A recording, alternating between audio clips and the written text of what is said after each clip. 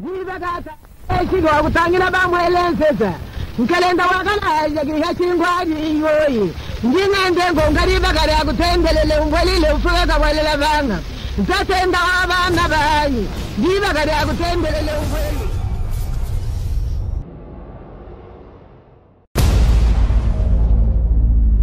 Mesdames et messieurs, bienvenue à cette émission spéciale dédiée axée sur la mise au point du conseiller principal du chef de l'État, M. Marcelin Milumba, en rapport avec les dossiers d'échecs ou de la prime qu'il toucherait au niveau du FPI. On parle d'une somme de 11 934 000 francs congolais.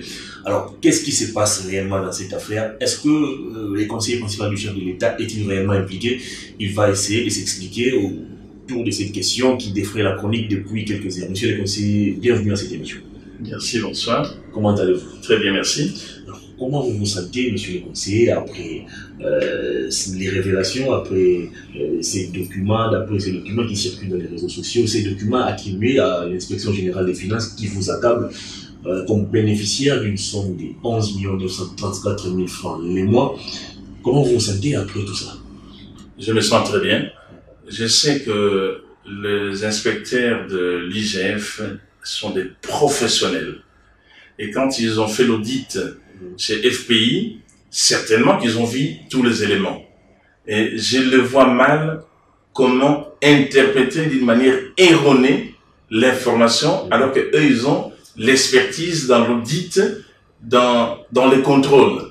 Mais c'est plutôt les Congolais malveillants qui ont mal interprété parce qu'ils veulent salir tout simplement les conseils principaux des chefs. L'Inspection générale des finances n'est pour rien dans tout ça. C'est complètement faux. Tous les messages qu'on dit que voilà, l'Inspection générale des finances a donné l'information. Non. L'Inspection générale des finances, quand ils finissent un audit, les rapports, la primeur des rapports est réservée au chef de l'État. Et donc, quand on dit que c'est un inspecteur qui a donné, je dis que c'est faux. Dans la mesure où ce n'est même pas un secret. Ce que nous allons vous décliner ici, ce n'est pas du tout un secret. Et vous voulez savoir comment ça se fait que j'ai reçu de l'argent? C'est tout à fait normal. C'est tout à fait normal. Je suis membre d'une commission mixte. Une commission mixte mise en place par une décision du directeur des cabinets intérimaires Kolongele. Cette commission mixte est placée sous, je dirais, le leadership de FPI. Pourquoi FPI? Parce que le chef de l'État avait choisi FPI comme véhicule de développement pour implémenter les projets ou les programmes présidentiels de lutte contre la pauvreté et la réduction des inégalités sociales. Il a choisi FPI pour faire des travaux, pour augmenter les capitales physiques. Et on a choisi comme zone pilote le Grand Kassai. Et dans la commission mixte, nous sommes 3.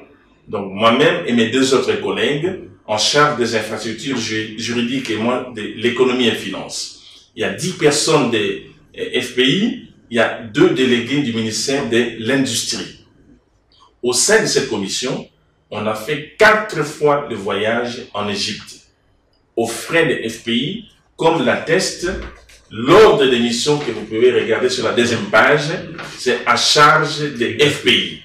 Alors, c'est justement ça qui dérange l'opinion. Non, ça ne dérange pas. Comment ça, les fonctionnaires de la présidence de la République, ça ne dérange pas. Dans une affaire qui concerne les FPI. Non, ça ne dérange pas. Je répète que le président a choisi FPI qui est un compte spécial pour implémenter les projets.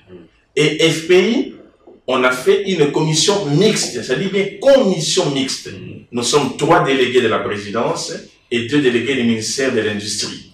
Et FPI a pris le leadership pour mener les négociations en Égypte. Et nous venions dans la commission mixte avec notre expertise en tant que conseiller du chef de l'État pour suivre ce que ferait FPI et comment négocier, et négocier ensemble auprès des partenaires étrangers. Est-ce qu'au sein du FPI, il n'y a pas un personnel qualifié pour mener tout ce que vous êtes en train de citer? Non, mais attendez, j'ai bien dit que c'était le programme présidentiel. et que le président a choisi FPI. Il pouvait aussi choisir un compte spécial Foner. Il pouvait choisir un compte spécial RVA. Mais il a choisi FPI.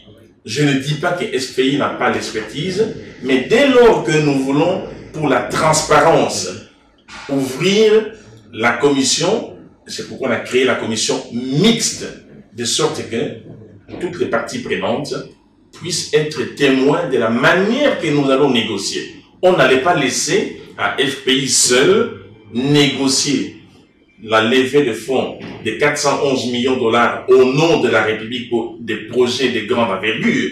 Il fallait quand même associer à FPI, un peu je dirais, d'autres instances politiques de l'État, telles que la présidence de la République. On a accompagné FPI, mais c'est FPI qui a les moyens. C'est FPI qui a levé ces fonds en utilisant un collatéral. Le collatéral, c'est la TPI, la taxe pour la promotion de l'industrie. C'est ça qui nous a permis d'être crédibles vis-à-vis de nos partenaires en Égypte, une syndication de plusieurs banques pour pouvoir, je dirais, déterminer le projet et voir que c'est un projet viable, ce sont des projets viables, et c'est comme ça que nous avons pu lever les fonds. Et c'est tout à fait régulier. Je suis allé 4 fois en Égypte. Et à chaque voyage, évidemment, c'est FPI qui prend en charge, mais nous n'avons rien pris à la présidence. J'insiste, c'est très bien. Alors pourquoi le président de la République qui vous associe dans cette démarche ne disponibilise pas, ou je dirais la direction des finances peut-être de la présidence de la République ne disponibilise pas des fonds pour vous à lieu place d'être pris en charge par les FPI? Non, ce n'est pas le rôle de la présidence. Si aujourd'hui vous êtes journaliste, on vous demande, par exemple, votre expertise, pas forcément dans la boîte où vous travaillez, mais auprès d'un partenaire qui a besoin de votre expertise et vous devriez voyager avec ce partenaire. Pourquoi est-ce que ce serait votre société qui va payer? Est-ce que c'est le FPI qui avait sollicité votre expertise ou c'est naturellement qui avait estimé que non, naturellement, de transparence, il devait quand même nommer certains de ses collaborateurs? C'est FPI qui a cherché pour légitimer et donner de l'ampleur et de crédibilité aux différentes démarches, négociations menées en Égypte, pour pas qu'on dise que voilà, c'est un établissement public qui vient lever les fonds, mais est-ce que derrière cet établissement public, il y a vraiment un accompagnement politique? FPI a jugé bon d'élargir la commission, c'est pourquoi on dit commission mixte. C'est pourquoi la présidence était là, le ministère de l'économie, de l'industrie était là, et nous avons accompagné FPI pendant 1 an. On a fait 4 voyages pour conclure ce que nous avons pu conclure à l'Égypte. Est-ce que, à part les démarches que vous avez menées au niveau de l'Égypte, est-ce que M. Marcelin Milomba a été aussi associé dans une autre affaire du FPI? Parce que moi, je suis tombé sur un autre dossier où vous êtes membre du comité de pilotage d'un projet de connectivité, je crois, au niveau du Kassai. Et là, vous serez aussi bénéficiaire d'une prime de 7 000 $. Même si c'était 30, est-ce que moi, je travaille à FPI? Quand on est membre d'une commission, il y a le per diem et il y a des frais de voyage en cas de voyage. Mais c'est tellement clair. C'est tellement clair. Je n'ai pas été faire de l'influence quelque part pour que je puisse bénéficier d'une quelconque prime ou avantage. Mais si on donne à Marcelin Milomba, c'est qu'on a donné à tous les membres de la commission mixte. Il n'y a rien de mal dans tout ça. Le mal, c'est de jouer de l'influence et de voler. Là, on n'a pas volé. Nous avons bénéficié d'une manière tout à fait régulière ce qu'on a pu avoir comme avantage. Alors, il n'y a rien de mal. Qu'est-ce qui dérange aujourd'hui l'opinion? Ce qui dérange l'opinion, c'est ceux qui ont manipulé l'information pour montrer à l'opinion que le conseiller principal des chefs de l'État a manigancé pour bénéficier des avantages d'une manière indue. Et ça, je dis non. J'ai bénéficié d'une manière régulière et je ne me reprochais pas. Et on vous accuse aujourd'hui de vouloir protéger Patrice Kitebi, qui, selon certaines sources, serait trempé dans la mafia, dans la dégestion, et ce sont les collaborateurs du chef de l'État qui les protègent aujourd'hui. Qu'est-ce que vous en dites? Je suis conseiller principal du chef de l'État. Et je protège Kitebi. Aujourd'hui. Oui, je m'assume. Vous protégez Patrice Kitebi. Je le protège. Ce qui s'est dit aujourd'hui dans l'opinion, que Kitebi est protégé par les proches du chef de l'État est vrai. Je parle des projets de Grand Kasaï, des programmes présidentiels de lutte contre la pauvreté et la réduction des inégalités sociales. Et ce dossier est piloté par le DG Kitebi. Jusqu'à ce que le président de la République fera une ordonnance pour nommer un autre DG à FPI et il va faire une remise reprise et puis on continuera avec celui-là. Mais pour l'instant, moi, je protège Kitebi parce que les enjeux sont énormes. Vous entravez les enquêtes de l'inspection générale des finances. Pas du tout. Moi, je fais mon travail. C'est mon opinion. Je le protège parce qu'avec lui, nous devrions lever des fonds en Égypte. Cette protection est aujourd'hui très mal interprétée au sein de l'opinion. Non, l'opinion n'a pas compris. C'est comme si les proches du chef de l'État empêchent ou entravent les enquêtes de l'inspection générale des finances. Pas du tout. Je ne peux pas entraver les travaux de l'IGF. Quand je dis protéger, je vois les intérêts de la nation. L'intérêt de la nation, c'est quoi? C'est développer les Grands Kasaï. Nous avons boutiqué 4 grands projets. Nous avons déjà ciblé les 411 millions. J'aimerais concrétiser cela. C'est ça mon souci. Ça pouvait être à la place de Kitebi, ça pouvait être n'importe qui, je protégerais. Jusqu'à ce que nous puissions réaliser et concrétiser les projets dans les Grands Kasaï. À ce moment-là, je peux dire, ok, on est hors danger, on peut changer. Mais pour l'instant, changer, ça donnerait un mauvais signal, comme s'il y a un problème. Alors qu'en réalité, il n'y a pas de problème. Ce sont les voleurs qui ont pris l'argent chez FPI et qui ne peuvent plus rembourser les crédits chez FPI. Ils sont mécontents parce que le DG Kitebi, aujourd'hui, commence à les filer. Si vous ne remboursez pas, on prend vos maisons, on les vend aux enchères et ils s'en prennent à Kitebi. Mais le danger, c'est quoi? C'est pas Kitebi. Kitebi passera. Le danger, c'est les programmes que nous avons scellés en Égypte. Rater les 411 millions. Vous imaginez injecter 411 millions dans l'espèce Grand Kasaï. C'est un souffle de vie qu'on amène à la population. Je m'insurge pour ça. C'est pourquoi, je le répète, sans embâche, que je soutiens Kitebi. Vous les protégez aussi. Et je les protège.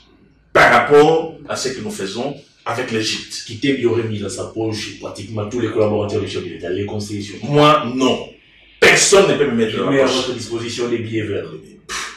Personne ne peut me mettre dans la poche. 5 000 euros? Non, je vaux plus que ça. 7 000 $, tous les je ne vaux pas. Je ne vaux pas ça. Je vaux plus. Moi, on ne m'achète pas. Ceux qui ont tenté de m'acheter, c'était plus que ça. Qui sont-ils? Bon, ils sont pas là. Ils sont pas là. Si j'étais là, j'allais les pointer. Ils ont tenté de m'acheter avec 300, 400, 500 000 $ américains.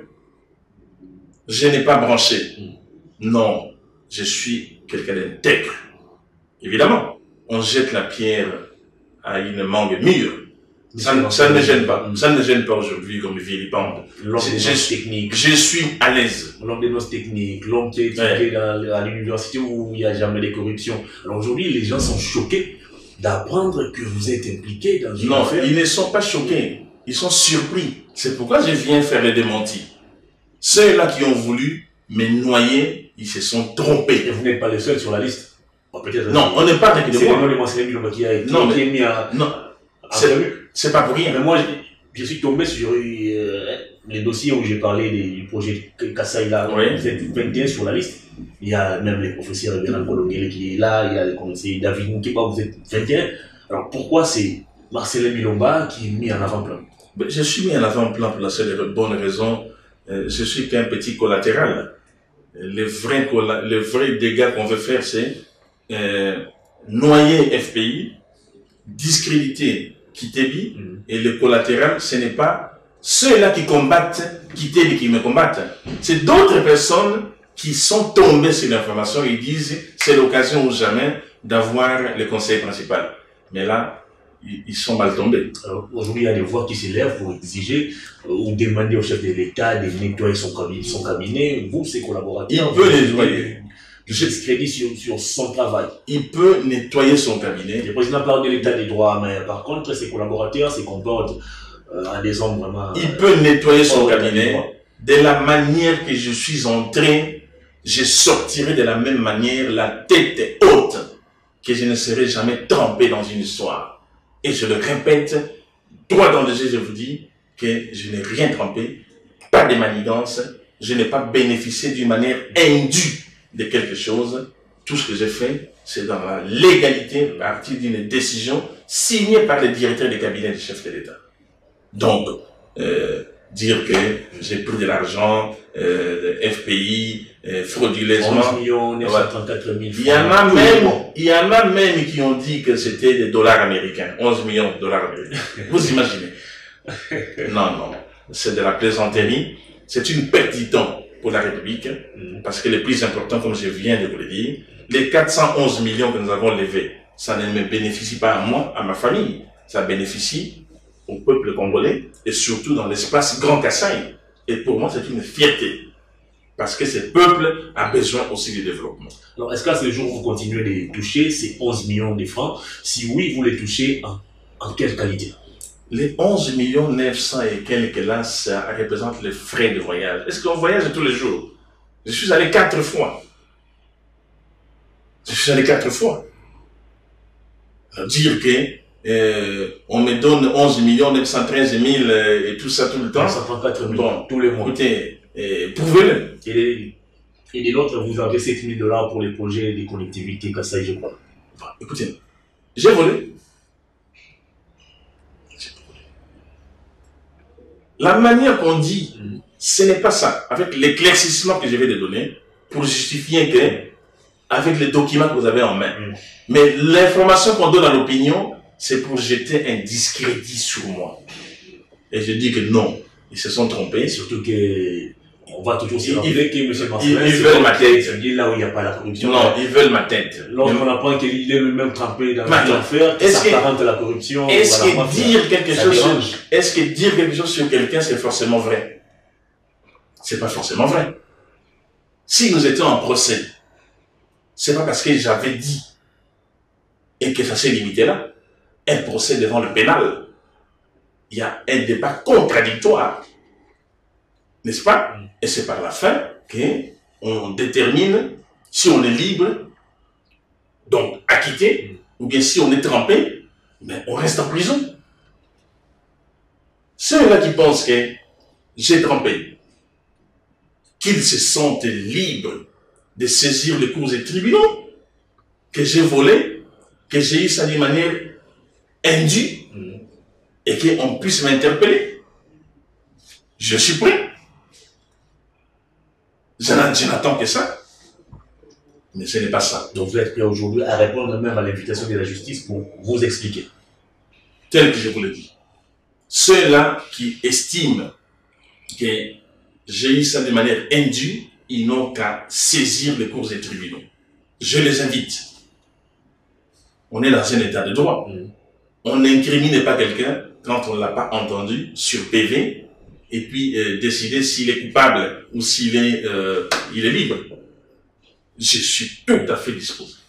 Alors, est-ce que vous continuez toujours à évoluer dans ces projets du FPI où vous devez élever des fonds qui s'élèvent dans 400 000? Je continue, mais la fréquence des réunions n'est plus la même.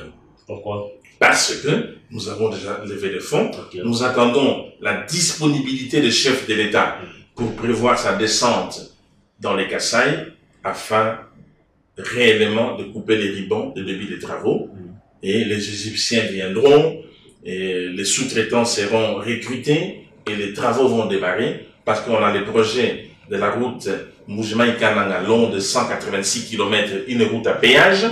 Nous avons le port de Domba qu'il faut ériger. Nous avons la centrale photovoltaïque de Chipuka pour produire 10 MW.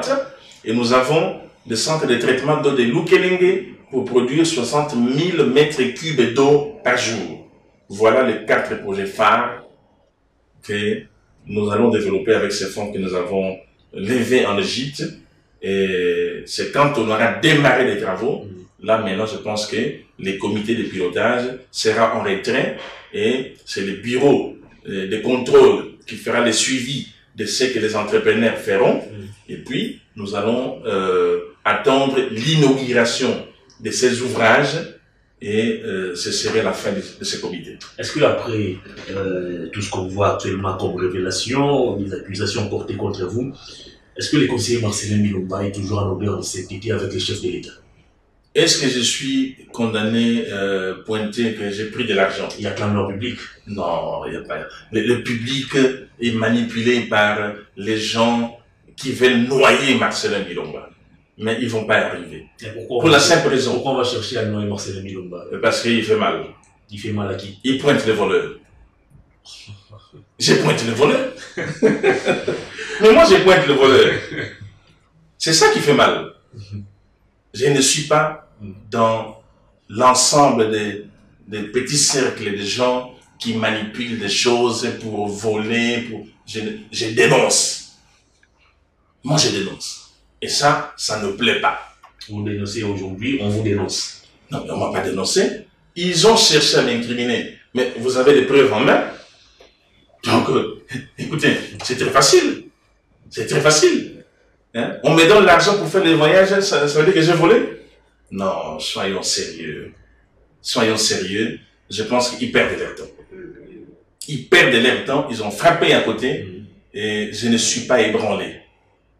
Je ne suis pas ébranlé. Au contraire, je continuerai à dénoncer parce que j'ai découvert encore des dossiers plus graves. Au niveau du FPI? Non, des magouilles qui se passent. Okay. Je suis le conseiller économique. Okay. Quand j'ai fait une vue panoramique de la situation, mais la situation qui se passe dans les Grands Katanga, dans le secteur minier, mon Dieu, oh là là, mais il faut dépoussiérer, il faut nettoyer au Karcher. Il y a des tireurs de ficelles. Nous les avons identifiés et nous allons les traquer. Nous allons saisir les services spécialisés et puis les traquer. Le Congo n'est pas une jungle. Et c'est ça mon travail. Et ça gêne mon travail. Alors, que répondez-vous aujourd'hui à ceux qui pensent que les cabinets du chef de l'État ne l'aident pas à faire du bon travail? C'est une opinion. Le cabinet du chef de l'État est grand. Je ne peux pas savoir les comportements de tout le monde, mais je sais avec qui je travaille. Pour ce qui me concerne, je ne suis pas un saint, mais j'estime que je suis à la hauteur avec mon équipe. Une équipe dynamique. Je suis entouré de gens dynamiques.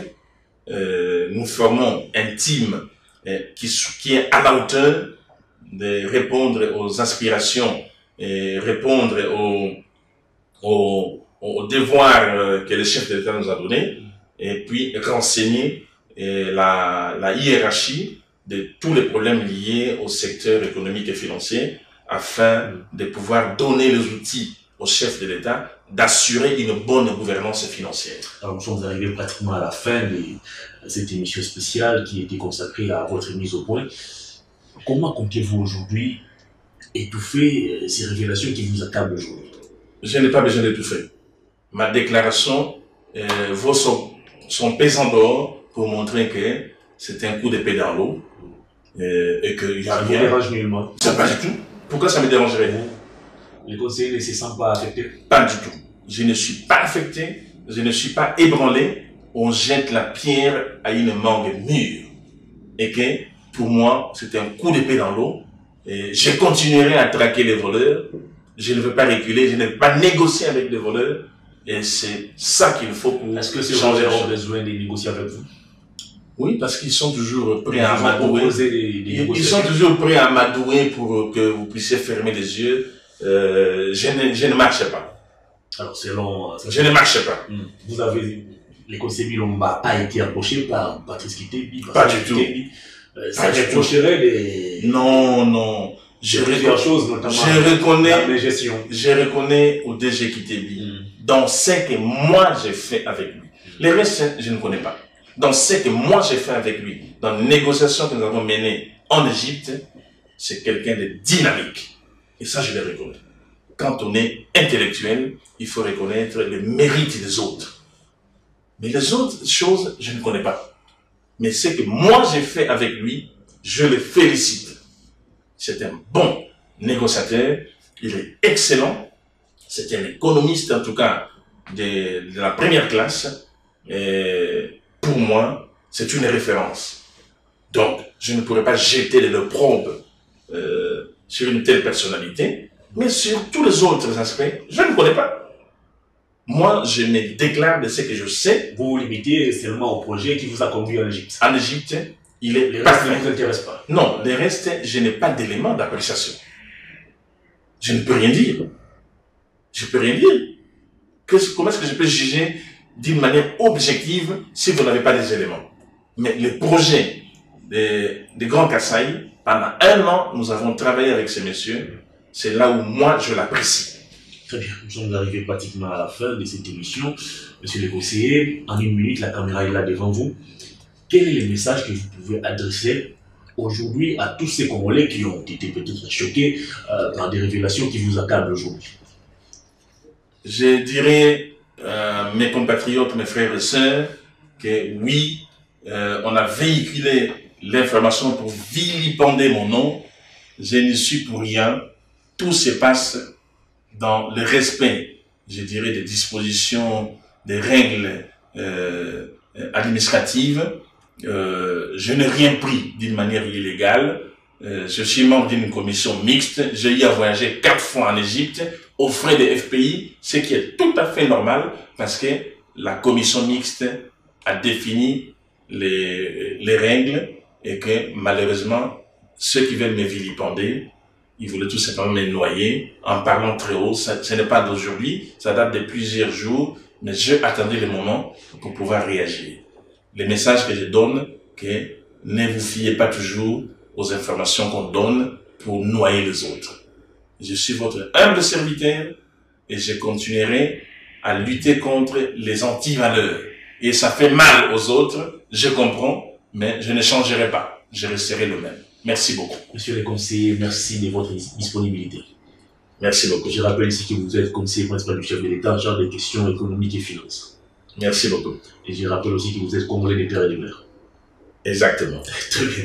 L'émission est terminée. Mesdames et messieurs, à toutes et à tous, merci de l'avoir suivi. Au revoir.